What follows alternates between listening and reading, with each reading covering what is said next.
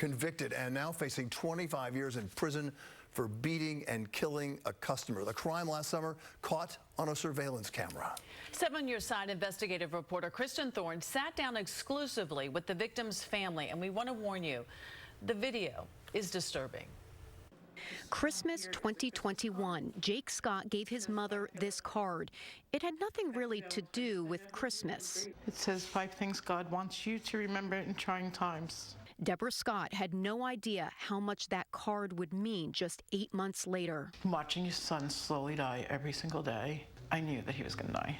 August 20th, 2022, Jake Scott and his girlfriend Pamela Carcano were at a bar in Holbrook. Scott had gotten into an argument with a patron. Surveillance video shows newly hired bouncer David Cruz talking to Scott outside the bar.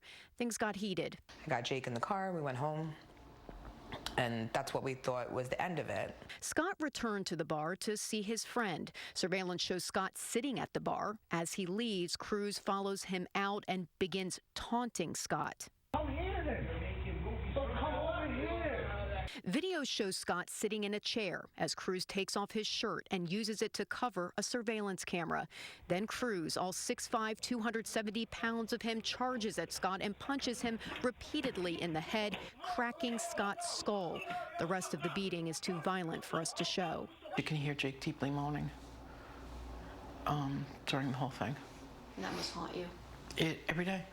I hear it over and over and over again. After the beating, Cruz takes his shirt off the surveillance camera and goes to check on Scott, who is lifeless on the concrete. Cruz fled the scene but surrendered to police 3 days later. Scott, a 32-year-old from Center Reach, spent 11 days in the ICU before his body eventually gave out and he died. And now I'm stuck here without him. And it's just horrible. Earlier this week, a jury convicted Cruz of manslaughter in the first degree. He faces 25 years in prison when he's sentenced next month. Whatever happened that night, that's only a little piece of who David is, not the entire story. This is not what David intended to happen. But Deborah Scott's attorney says the owner of Tailgaters, the bar, knew Cruz was acting up. An employee testified she called the owner after Cruz and Scott's first run-in earlier in the night. And advised her, hey, the security guard, David Cruz, is acting irrational, violent, and spoke to her with some real concern. We reached out to the owner of the bar as well as the security company. They did not get back to us. Kristen Thorne, Channel 7, Eyewitness News. Wow.